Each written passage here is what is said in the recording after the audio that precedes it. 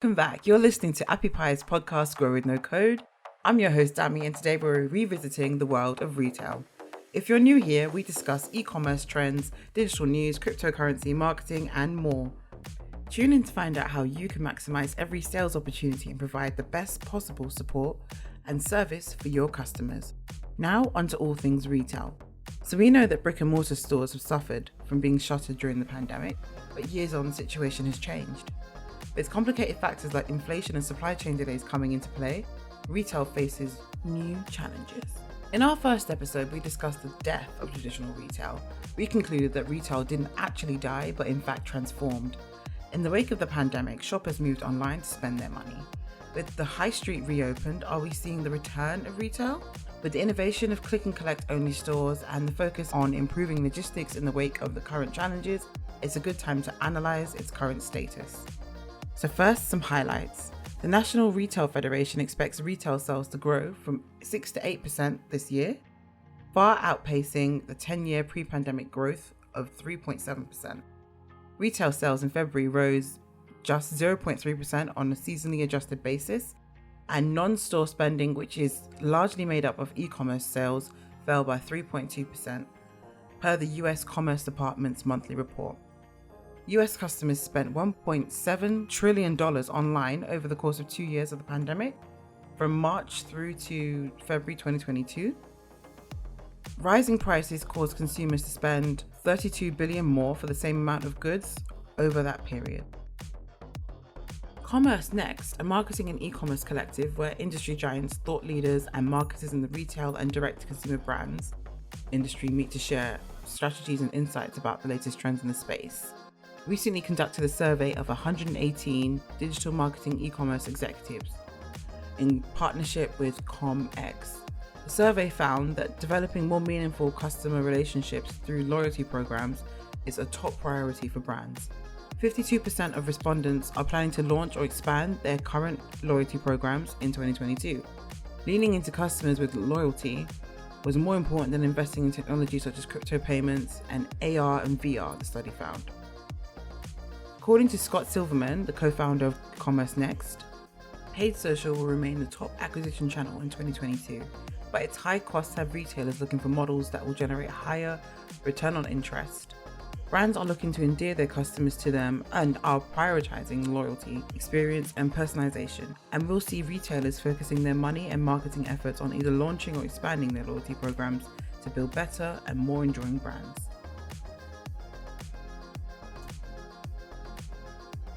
Ike Borochow, managing director of Wells Fargo Securities, suggests that retail sentiment has soured and that retail companies have overestimated their future earnings. He also states that it's hard to forecast demand for discretionary items in retail and suggests that the increased gas prices will inevitably affect retail footfall. Got a business idea? Do you want to provide a transport service, facilitate deliveries, showcase your products, or take bookings? Build an app for your business with Appy Pie's App Maker.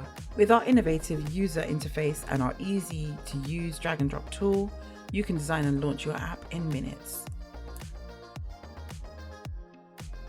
How can you maximize your opportunities in e-commerce? Well, according to NetRush's Jose McDonald, head of growth marketing, your top 3 priorities should be getting your foundation right, knowing your customer, and understanding the customer life cycle. Here's what you need to know. Here are the trends for 2022. Number 1, commerce attainment. E-commerce platforms will have to compete for screen time with streaming services like YouTube and other social media platforms. Apps with infinite scroll features like TikTok have provided users with the thrill of swiping through engaging video. Live stream shopping events have also shown that there is a market for discovery and that brands definitely have a role to play in it. Number 2, and I'm sure you've heard about this one a lot, supply chain issues. The delays in the supply chain are felt across the world. Retailers are facing reduced earnings before interest, tax, and depreciation, with some factories shutting down due to geopolitical and health risks, manufacturing labor violations, ocean freights have increased in price, and the addition of re-commerce causing added pressure at the distribution centers. Retailers are definitely feeling the pinch. Adding to that, the often complicated logistics of last mile deliveries. The global supply chain may never be the same.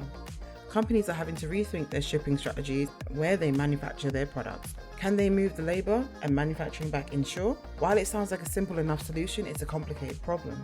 Companies would need to invest a lot more in their operations just to move, including higher labour costs and adhering to stricter regulations, which will inevitably eat into their profit margins. Number 3, social selling. The average person spends around 2.5 hours on social media every day, a metric that is very, very attractive to brands. Not only does social selling provide targeting to reach your target market, it also increases the likelihood of purchase. 55% of consumers who participate in m-commerce have made a purchase after seeing a product on social media.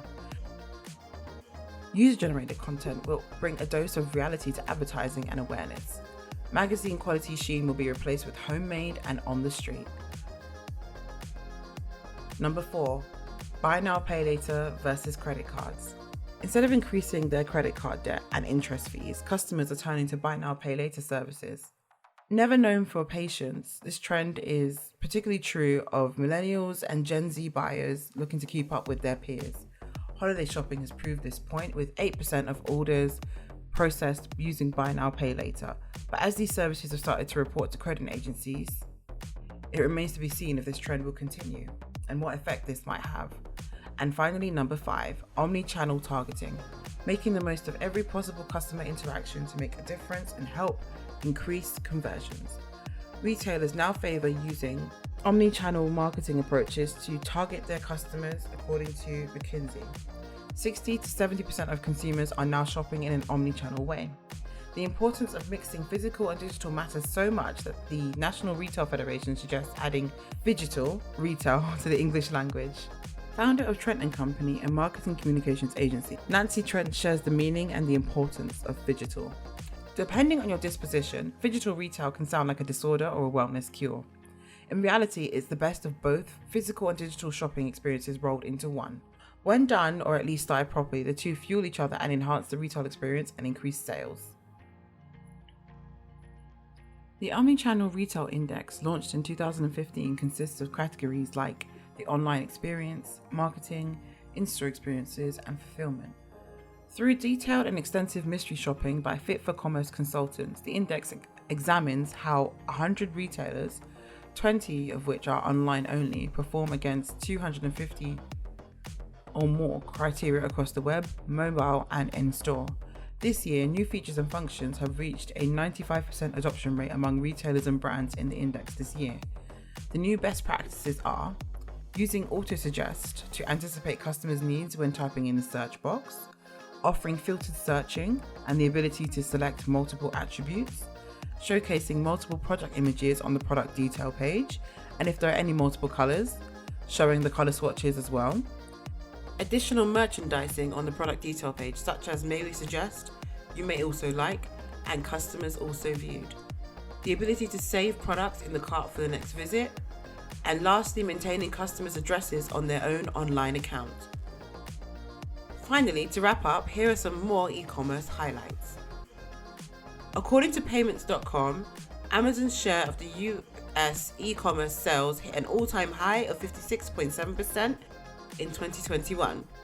In fact, these new findings defy the logic that it says it gets harder to grow a large business, having doubled its share of the domestic retail piece from 56.7 in 2021 to 28.1 in 2014.